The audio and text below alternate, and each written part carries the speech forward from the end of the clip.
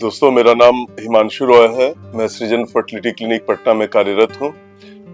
हम लोग आज जा रहे हैं एक बहुत इम्पोर्टेंट टॉपिक को डिस्कस करने, ट्यूमर मार्कर्स।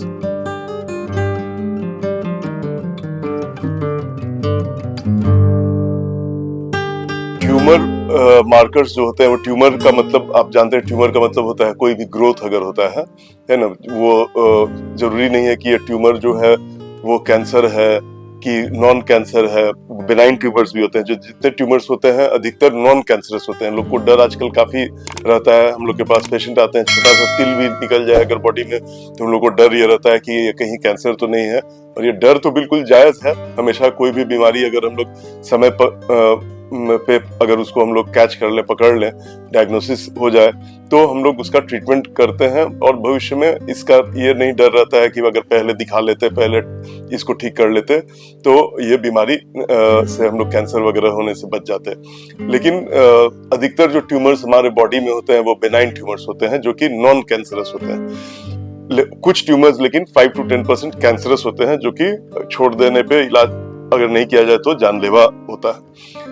और लेट स्टेज में पकड़ने पे, इलाज होने के बावजूद भी उसमें जान जाने का बहुत ही खतरा रहता है। तो कैंसर के डायग्नोसिस में बहुत सारे चीजें होती हैं। जो क्लिनिकल डायग्नोसिस होता है, जो डॉक्टर देख के बताता है। फिर बायोप्सीज होते हैं, जिसमें कि हम लोग उससे टिश्यू का सैंपल लेते हैं और उसे जांच घर में भेजा जाता है हिस्टोपैथोलॉजी के लिए, जो कि फाइनल डायग्नोसिस माना जाता है। उसके अलावा भी अलग अलग तरह के जो मशीन्स हैं, सीटी स्कैन है, अल्ट्रासाउंड है, एमआरआई है, इससे भी अंदाज लगता है। पेट स्कैन है, ये सब की ये जो कोई भी ग्रोथ है बॉडी में, वो कैंसरस है कि नॉन कैंसरस। तो इसी श्रृंखला में एक ट्यूमर मार्कर्स की भी कैटेगरी आती है, जो कि हम गायनेकोलॉजिस्ट के काम की चीज है। और ट्यूमर मार्कर्स का यूज होता है ओवेरियन कैंसर को के स्क्रीनिंग में। तो कभी कभी स्क्रीनिंग का मतलब होता है कि आप जिसको नहीं भी है उसका भी टेस्ट में हम लोग पता लगा सकते हैं। और डायग्नोसिस में, जिसमें कि है बीमारी, कोई ओवरी में सिस्ट दिख रहा है और हम लोग जानना चाहते हैं कि ये इसका मैलिग्नेंट होने का चांस है ज्यादा कि नॉन मैलिग्नेंट होने का चांस ज्यादा है, तो इसमें भी ट्यूमर मार्कर्स जो होते हैं उसका यूज होता है। ट्यूमर मार्कर्स ऐसे रसायन होते हैं, केमिकल्स होते हैं, जो कि बॉडी में नॉर्मली भी मिलते हैं, बट कि अलग अलग बीमारी में, अलग अलग जगह पे होने वाले ट्यूमर्स में अलग अलग तरह के वे रसायन ब्लड में आ जाते हैं। और ब्लड टेस्ट से इन ट्यूमर मार्कर्स की जांच की जाती है, इनका लेवल्स देखा जाता है। कभी कभी सिंगल ट्यूमर मार्कर्स होते हैं, कभी कभी काफी सारे ट्यूमर मार्कर्स का यूज किया जाता है। तो ओवरी में जो सिस्ट होते हैं वे मैलिग्नेंट और नॉन मैलिग्नेंट दोनों हो सकते हैं। ज्यादा एज में अगर हो रहा है सिस्ट, तो उसमें मैलिग्नेंसी का डर ज्यादा रहता है।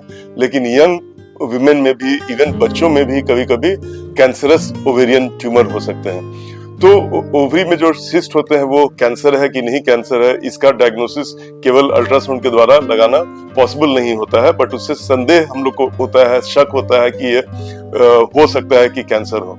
तो उसका क्लिनिकल प्रेजेंटेशन क्या है, क्या पेशेंट को तकलीफ है, और साइज क्या है ट्यूमर का, ये भी इंपॉर्टेंट होता है। 6 सेंटीमीटर से बड़ा कोई ट्यूमर हो तो उससे बड़ा माना जाता है। 3 से 6 सेंटीमीटर को बॉर्डर लाइन माना जाता है। लेस देन 3 सेंटीमीटर को छोटा सिस्ट माना जाता है। तो इस टाइप के ट्यूमर्स जो होते हैं, हम लोग पहले उसमें अल्ट्रासाउंड में कलर डॉपलर का यूज करते हैं। और कलर डॉपलर से भी पता चलता है कि अगर जो ट्यूमर है उसमें अगर ब्लड फ्लो बहुत ज्यादा हो रहा है, इसका मतलब कि उस ट्यूमर में जो ग्रोथ हो रहा है उसके आर्टरीज जो है, उसके वॉल्स पतले बहुत हैं, इसका मतलब कि उसमें कैंसर होने का डर ज्यादा है। लेकिन अगर ब्लड का फ्लो नॉर्मल है, तब इसका मतलब कि उसके कैंसर होने का रिस्क कम है।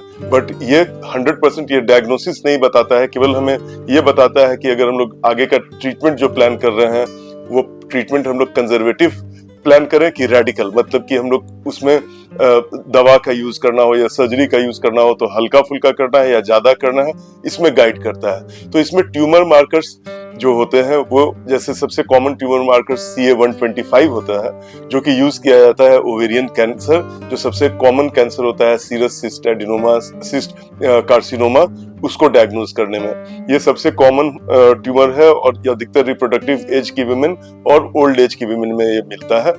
और इस ट्यूमर मार्कर का लेवल जो होता है CA-125, जो कट ऑफ लेवल ऐसे माना जाता है 35, कि 35 से नीचे है तो उसको नॉन कैंसरस मान के चला जाए, और उसके ऊपर अगर है तो उसको कैंसरस मान के चला जाए। लेकिन CA-125 एक नॉन स्पेसिफिक ट्यूमर मार्कर है।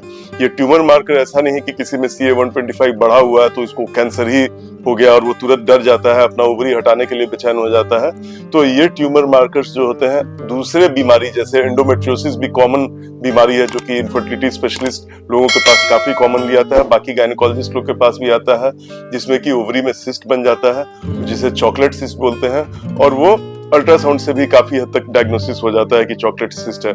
लेकिन उसमें भी CA-125 बढ़ा रहता है। लेकिन उसमें उसका जो ट्रीटमेंट होता है वो जरूरी नहीं कि हम लोग सर्जरी करें ही, उसमें दवा भी दी जा सकती है, लेकिन डायग्नोसिस होना जरूरी है। ऐसा नहीं कि चॉकलेट सिस्ट के चक्कर में हम लोग छोड़ दें कि ये चॉकलेट सिस्ट लग रहा है और बाद में पता चले कि नहीं वो कैंसरस है। तो इसमें ट्यूमर मार्कर्स दोनों चॉकलेट सिस्ट में भी और ओवेरियन कैंसर में भी बढ़ा हुआ रहता है, तो उसमें मिसगाइड नहीं होना है। साथ ही साथ कुछ लोगों को लगता है कि लेवल का घटना या बढ़ना कैंसर के बीमारी का सूचक है, तो ये भी बात नहीं है। वो केवल एक स्क्रीनिंग टूल है जो हमें बताता है कि इसका अगर उस सिस्ट में CA-125 का लेवल बहुत कम है तो उसका सीरियस कैंसर होने का डर ओवेरियन सिस्ट में बहुत कम है। यंग गर्ल्स में दूसरे टाइप का एक ट्यूमर्स होता है जिसको बोलते हैं जर्म सेल ट्यूमर, जो कि हम लोग का जो विकास होता है भ्रूण का, तो उसमें जो 3 जर्म लेयर्स पाए जाते हैं। तो इस जर्म सेल ट्यूमर ओवरी के अंदर हो सकता है, जिसमें हमारे बॉडी का कोई भी पार्ट उस सिस्ट में बन सकता है। मैंने दांत, हड्डी, केश, ये सब ओवरी के अंदर में डेवलप कर सकते हैं। तो उसमें भी उस टाइप का जो जर्म सेल ट्यूमर हो सकता है वो भी मैलिग्नेंट या नॉन मैलिग्नेंट होता है। जो नॉन मैलिग्नेंट है, नॉन कैंसरस है, उसको सर्जरी के द्वारा हटाया जा सकता है। इवन लेप्रोस्कोपिक सर्जरी से अच्छी तरह से वो हट सकता है। लेकिन अगर वो डर्मोइड सिस्ट जो है वो मैच्योर टेराटोमा है, मतलब कि कैंसरस जर्म सेल ट्यूमर है, तो वो बहुत खतरनाक हो सकता है। तो उसका सर्जरी उसमें भी ओवरी को हटाना पड़ता है पूरा। और इस टाइप के ट्यूमर्स में दूसरे ट्यूमर मार्कर्स आते हैं जिसे बोलते हैं LDH, अल्फा फेटोप्रोटीन, CEA।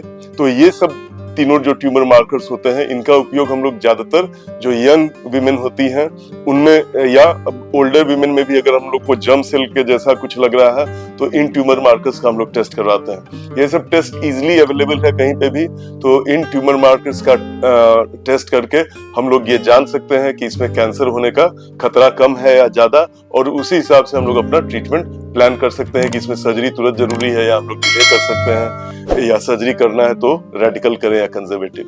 तो दोस्तों, इस तरह कोई भी ओवेरियन सिस्ट हो तो आपको डॉक्टर्स ट्यूमर मार्कर्स का अगर एडवाइस करें करवाने का तो उसे करवाइए जरूर, लेकिन उसके रिजल्ट से आप अपने कुछ इंटरप्रेट मत कीजिए, आप घबराइए भी मत, और प्रॉपर डॉक्टरी सलाह लीजिए, वो आपको उन ट्यूमर मार्कर्स का यूज करके आपके ट्रीटमेंट में आपको मदद करें।